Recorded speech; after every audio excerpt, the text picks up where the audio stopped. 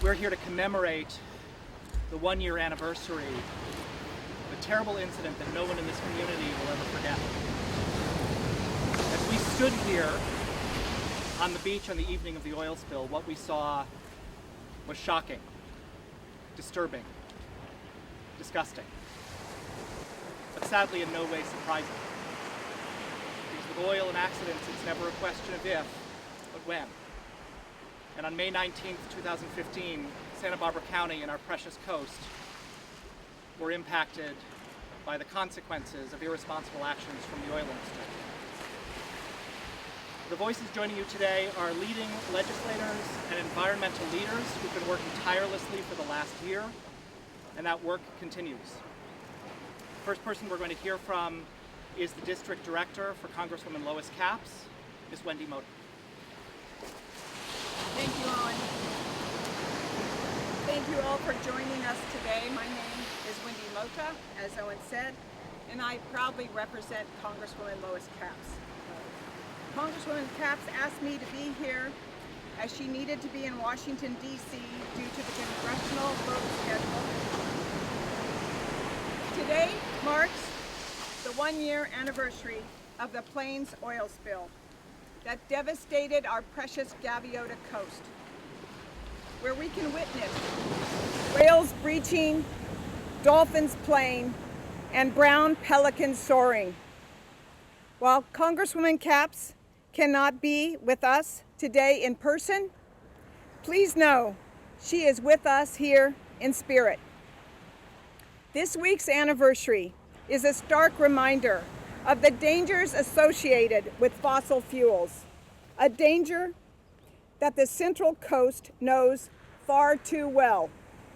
From the blowout of Platform A in 1969 to the last year's pipeline Plains rupture, we in Santa Barbara have felt the impacts of oil spills on our local environment and economy.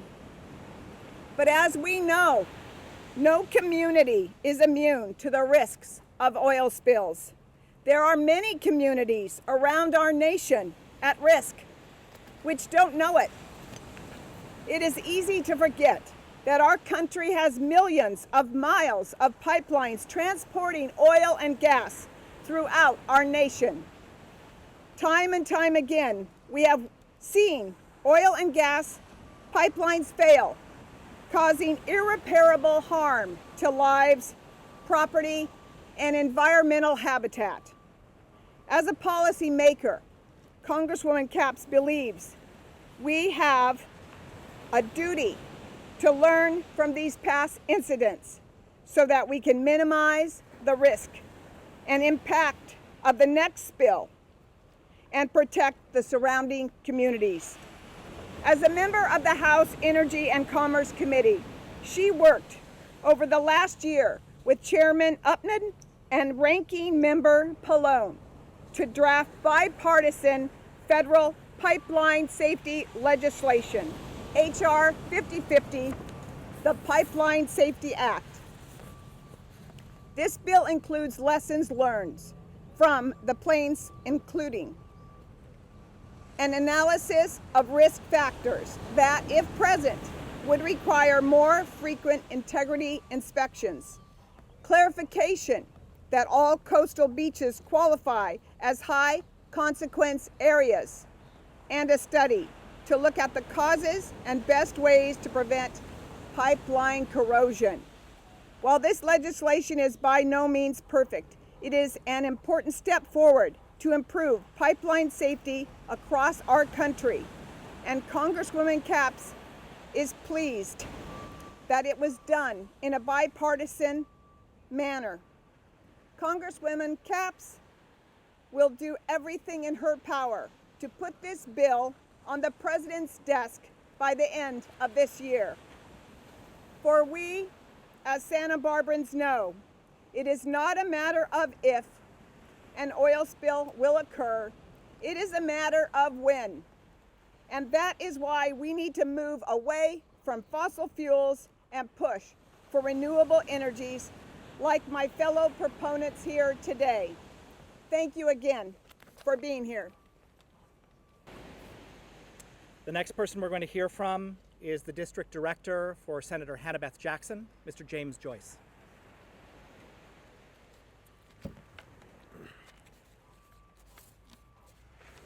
Good morning. It's a pleasure to be here on behalf of Senator Jackson, who is in Sacramento today doing important votes on the floor of the Senate. This message from Senator Jackson. A year ago today, on my birthday, happy birthday, Senator Jackson, a severely corroded onshore oil pipeline ruptured, spilling thousands of gallons of oil into the waters of Refugio State Beach. It was the worst birthday present the senator has ever received. We cannot and will not forget what we experienced in the days following that rupture.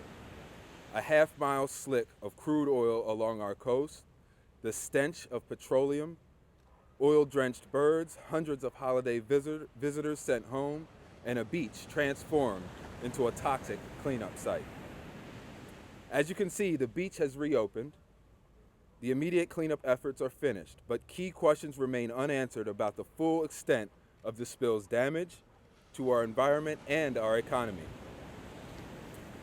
And our distrust and anger for oil development and big oil, for the Texas company that operates the pipeline, Plains All American, remains strong to this day. The senator commends Attorney General Harris, Santa Barbara District Attorney Joyce Dudley, for determining that criminal charges are warranted against Plains All American Pipeline.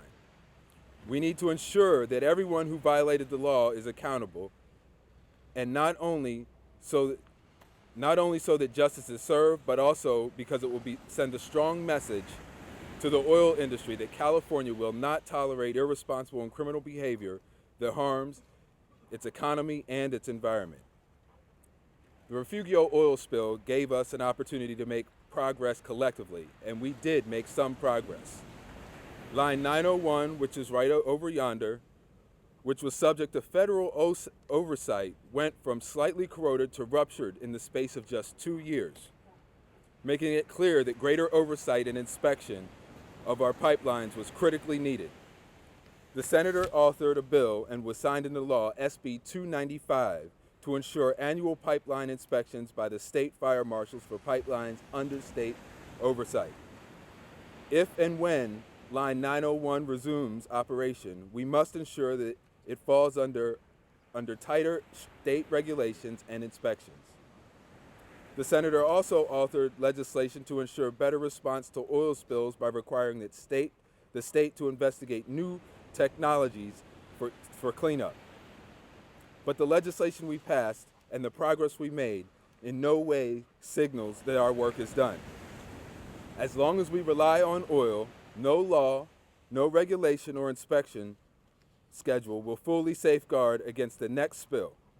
Oil is dirty, dangerous, and destructive, and if we drill, there will be spills. Last year, California made significant progress towards more renewable energy and energy efficiency by passing SB 350, and our state assembly member Das Williams had a lot to do with getting that through on the assembly side. But big oil successfully beat back a provision of that legislation that would have cut our state's petroleum use in half and continues to spend millions to influence policy decision making every year. The voices for a future that is free of fossil fuel need to grow louder and more insistent. As we mark a year since the Refugio oil spill, our resolve to reduce our dependence on oil must remain strong. Thank you so much on behalf of Senator Jackson.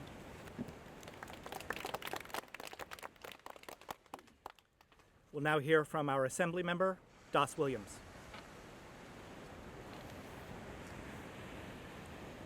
A year ago, I received 2 phone calls that broke my heart.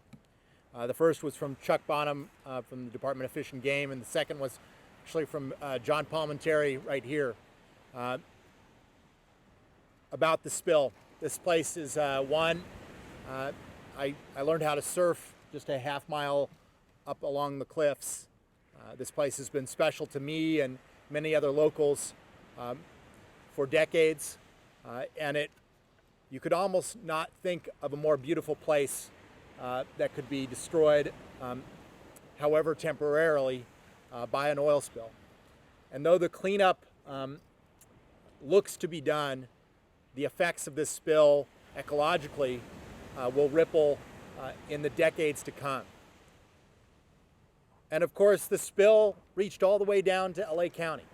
It had effects on our economy, on our fisheries, and our ecology.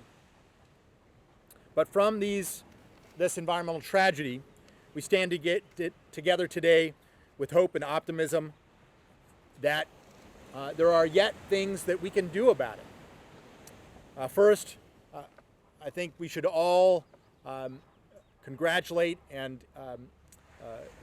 concur in the grand jury's decision to indict Plains for criminal wrongdoing. I commend local, state, and federal law enforcement for working hard over the past year to investigate the spill and compile the evidence that led to the indictment. When tragic events like this happen, those responsible must be held accountable for their actions, whether deliberate or neglectful. And I have to tell you, this is not an isolated case. As infrastructure has been aging along our coast, so has the level of neglect. Rincon Island, which many of you see from the freeway, was just closed down because it was determined that there were not enough staff on site or enough maintenance on site to prevent a spill or an accident. And so some folks who should have learned from the spill have not learned. And so we need to make sure that the level of regulation to hold companies accountable is in place. And there has been progress. Both Senator Jackson's bill and my own passed despite the very strong power of the oil companies in Sacramento. We passed in the aftermath of last year's spill AB 864, which now requires an operator of an oil pipeline along sensitive areas like the coastal zone to use best achievable technology, including automatic shutoff valves and sectional block valves to reduce the amount of oil released during a spill. Had Plains Pipeline been equipped with this type of equipment, the level of the spill would have been remarkably reduced. Instead, we were left suffering from the negative effects on our environment and our economy. The other place of progress has been to deal with the obvious, which is that this pipeline should have never been regulated by the federal government. It was not shipping oil out of state. It was only shipping oil in state. It should have submitted to county and state regulation. And we're optimistic that with some decisions that have taken place, that will be the case. But it should remind us that for the remaining thousands of miles of federally regulated pipeline in the state, that we are still under threat. They do not submit safety data to PHMSA or to anyone unless something goes wrong. That's essentially the oil industry regulating itself. And we cannot allow that to continue. I also want to remind folks that what we can do in government is helpful, but what you can do as individuals acting collectively is unstoppable.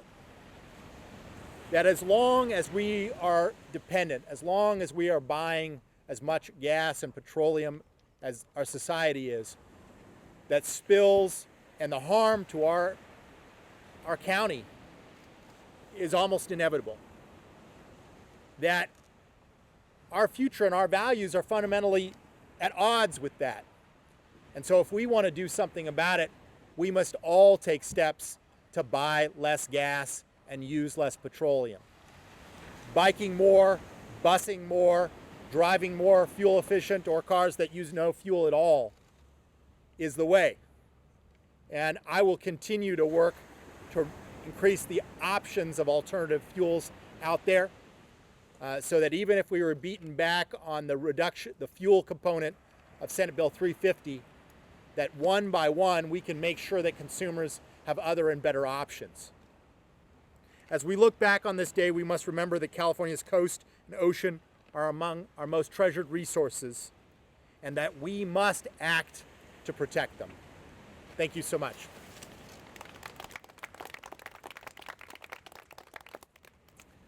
We'll now hear from Linda Kropp, the Chief Counsel of the Environmental Defense Center.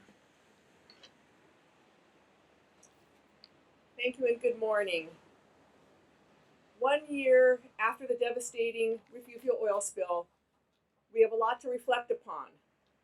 There are the things we mourn: the dead birds, dolphins and sea lions, the soiled beaches, the scars on our coast.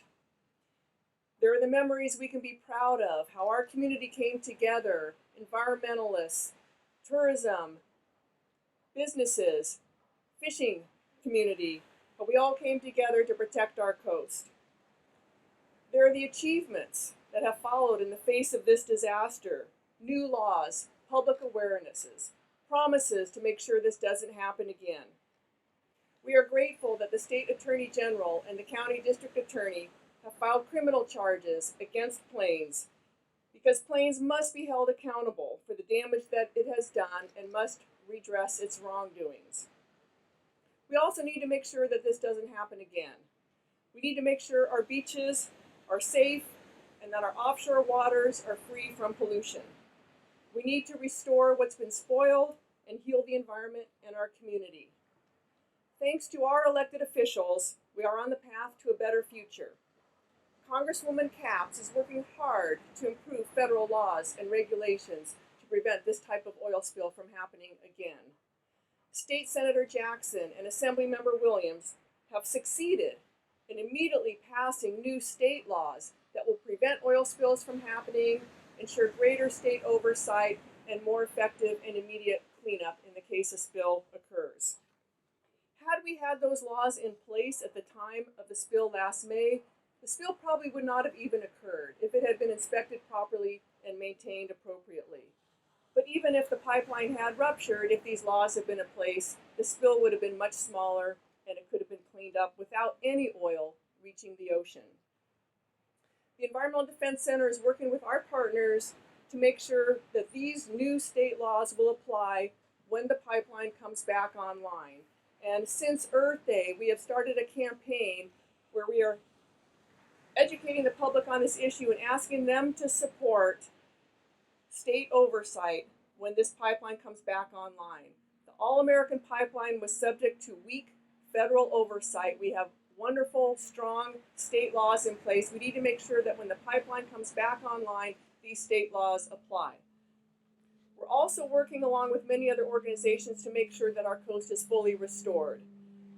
Under the Oil Pollution Act of 1990, which followed the Exxon Valdez oil spill, there is a process called the Natural Resource Damage Assessment Process, or NRDA, that requires federal and state trustee agencies to look at the damage that was done and make sure that the affected areas are fully restored. This process will go on for years, but it has started now. The Environmental Defense Center has prepared a citizen's guide to participate in this very important process. So we urge you to support us in this effort. On the Environmental Defense Center website, we have the NRDA guide, NRDA for Nerds.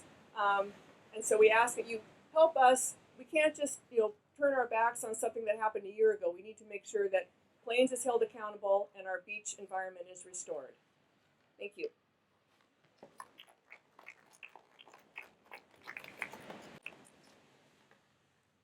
We're now going to hear from Mike Lyons, who's the president of Get Oil Out. Good morning. I'm Michael Lyons, current board president of Get Oil Out, also known as GOO. GOO's mission over the last 48 years has been to eliminate the threat of oil spills in the Santa Barbara Channel and surrounding coastal regions by getting oil out of the channel. What happened in Santa Barbara County last year was a disaster. Our pristine Gaviota coast, which to us is just as grand and scenic as many of the national parks, was coated with black, sticky, oily goo. Exactly what GOO stands against. The harmful effects witnessed from this spill were not surprising, not new, not shocking, nor anything that we, the local Santa Barbara community, or the world for that matter, have not seen before. Dead and oiled wildlife, oiled enclosed beaches, ill human health effects from skin contact and toxic odor, economic turmoil to tourism, fishermen, employment, local taxes, families, new laws and legislation being passed, loss of recreational opportunities to swimmers, surfers, fishermen, beachgoers. The list goes on. At the time of the Refugio spill, the watchdog's eyes, being the governmental regulating agencies and groups such as GOO, were seemingly diligent and focused on all dangerously and potentially harmful operations conducted by the oil companies that could threaten our coast and environment. With the watchdogs on full guard, imminent harm from an oil spill still found its way into our channel. Whether it's a faulty casing from the '69 Santa Barbara spill, a drunk tanker captain from the Valdez, Alaska spill, an explosion from the BP New Horizon Gulf spill, or a leaking onshore pipeline. The oil industry has proven many times over that spills go hand in hand with oil production and are impossible to predict as to when and how they will occur, even with the most attentive watchdogs holding guard. Again, we have learned that it's not if, but when. So how can we be prepared for the next spill? Careful monitoring of every aspect of oil production with no stones unturned. Game planning and drills for oil spill cleanups between government agencies, oil companies, nonprofit groups, and citizens. So how can we prevent oil spill disasters? Get oil out.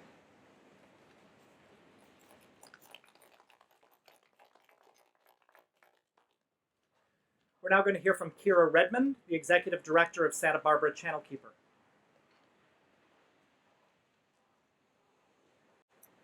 Thanks everybody for being here today. I'm very glad to be here with to commemorate the 1-year anniversary of the oil spill with the others here who've done so much to help our community move forward and learn and act upon the valuable lessons that we learned from this past spill. For our part, Santa Barbara Channel Keeper is working to hold Plains accountable to improve spill response, reduce the likelihood and impact of future spills, ensure better communication with the public during and after spills, and collect data to help identify and respond to future spills.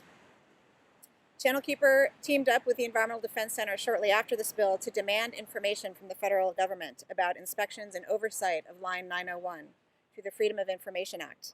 And we filed suit against those agencies when they failed to provide the information in the amount of time required by law. This suit aims to shed light on what went wrong on Line 901 and to increase the transparency of federal oversight over the pipelines that crisscross our region. Channel Keeper is also contributing to lessons learned debriefings with response agencies to provide recommendations on ways to improve spill response moving forward. For one, communication with the public after this last spill was found to be somewhat lacking. So we're advocating for greater transparency and information flow during and after future spills. We've also been participating in meetings of the LA Long Beach Area Committee to ensure that lessons learned from this spill are incorporated into our region's oil spill contingency plan moving forward. Another lesson that was learned from this spill is the need to be able to differentiate tar balls from spills and those coming from the profuse natural seeps here in the Santa Barbara Channel. So Channel Keeper has stepped up to develop a new tarball monitoring program. We're now collecting standardized data on tarball coverage, size, and characteristics on 16 beaches from Ventura to Gaviota on a quarterly basis in order to establish a baseline of what constitutes normal tarball coverage on our beaches. Our data, which we're sharing with the Department of Fish and Wildlife, is going to be very useful in informing the identification and cleanup of future spills. We've also continued to participate as the non-governmental monitor in the Unified Command's follow-up monitoring in this last phase of the response. And we'll be weighing in and tracking the NERDA process as it unfolds to ensure appropriate funding and restoration happens to restore the damage that was done from the spill.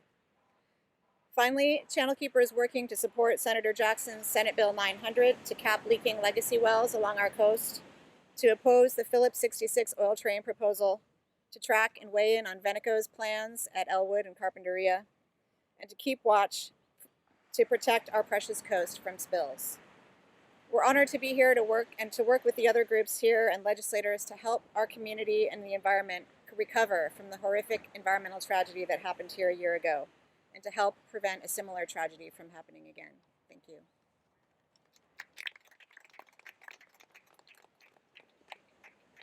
We're now going to hear from Katie Davis, who's the group chair with the Santa Barbara group of the Los Padres chapter of the Sierra Club. Hello. I just want to speak briefly about new oil threats to our coast, looking forward. The first threat I'd like to mention is that the new use of fracking and acidizing offshore, and specifically the lifting of the temporary ban on fracking that is currently in place. The Bureau of Ocean Energy Management did a very cursory environmental review and has proposed to allow oil companies to resume offshore fracking, which includes potentially dumping toxic wastewater back into the ocean. There will be a protest at their offices next week. Secondly, the perennial threat of new oil leases in federal waters off our coast. The only thing protecting us right now is the Obama administration, which is in its last 7 months. This is one reason why I want to thank Congresswoman Lois Capps, Senator Jackson, and Assemblymember Williams, and many other elected officials and supporters in calling for NOAA to designate the Chumash Heritage National Marine Sanctuary, which would go from Gaviota, just north of us, all the way up to Monterey. A new marine sanctuary would be phenomenal. There would be much good about it. And one thing it would do is permanently protect this Central Coast region, this precious Central Coast region, from offshore oil drilling. And lastly, I want to mention Veneco's plans in Goleta, including drilling for oil on the beach. Many of us who live in Goleta were really shocked by this. You may have seen the historical pictures. I wasn't aware that was something we still did, is drill for oil on the beach. But Pier 421 near Haskell Beach has been shut down since a spill there 20 years ago. But Veneco would like to restart operations. This is something we are watching.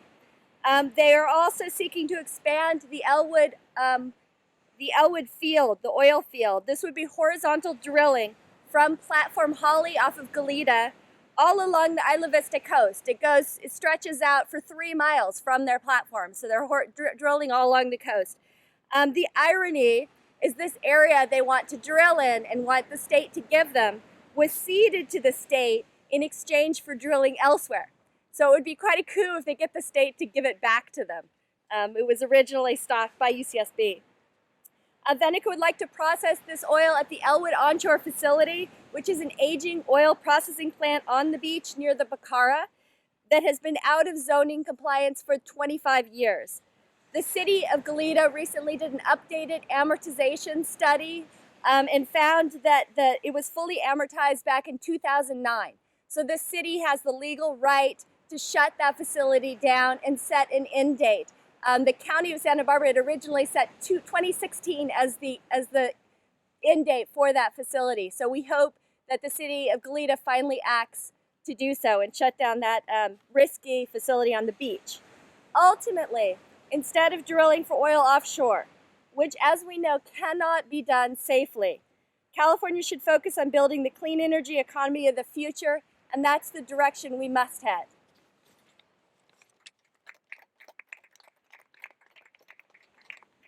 And finally, we are going to hear from Sigrid Right, the CEO of the Community Environmental Council.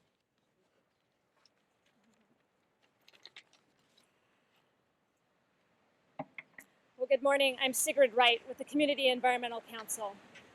And if there are any silver linings to these all too frequent industrial accidents that are causing millions of dollars of damage to our local economy, it's that a growing number of people are calling for a clean energy revolution. And I have some good news, and that is that within the next month the Tri-County region will have installed 1 gigawatt of solar energy. That's enough electricity to power 250,000 homes. Now, the vast majority of that came online in the last 5 years. That's how fast and how powerful this revolution has been. Two of those big projects are on the Carrizo Plain. They have created over 1,100 construction jobs, many of them high-paying skilled union jobs. And they have infused more than $730 million into the local economy, including $20 million in tax revenue. When we hit that 1 gigawatt next month, about 20% of it will be from rooftop solar. In fact, there are almost 24,000 homes in the Tri-Counties region that have installed solar. And collectively, those residents are saving tens of millions of dollars in electricity costs. So the question isn't when are we going to get more renewable energy, but how are we going to get more?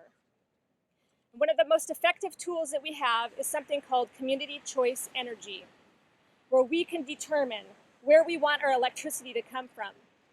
We would still be using the utility lines to get that electricity, but we could decide as a community that we want 50% or 100% of that electricity to come from clean, local, renewable sources. Community choice gives us the power, literally, to chart our own energy future. It could also be a huge boon to the regional economy. Instead of monthly utility payments that are going to support utility shareholders, those dollars could stay right here in the community. Right now, the counties of Santa Barbara, San Luis Obispo, and Ventura are studying the feasibility of community choice energy. The Community Environmental Council is calling on the County of Santa Barbara to fund and develop a community energy program in the next budget cycle, in this upcoming budget cycle, following the lead of 80 other California cities who are exploring a similar option. So today, here on the anniversary of the oil spill, I encourage us to think about how we're going to bring on the next gigawatt of solar.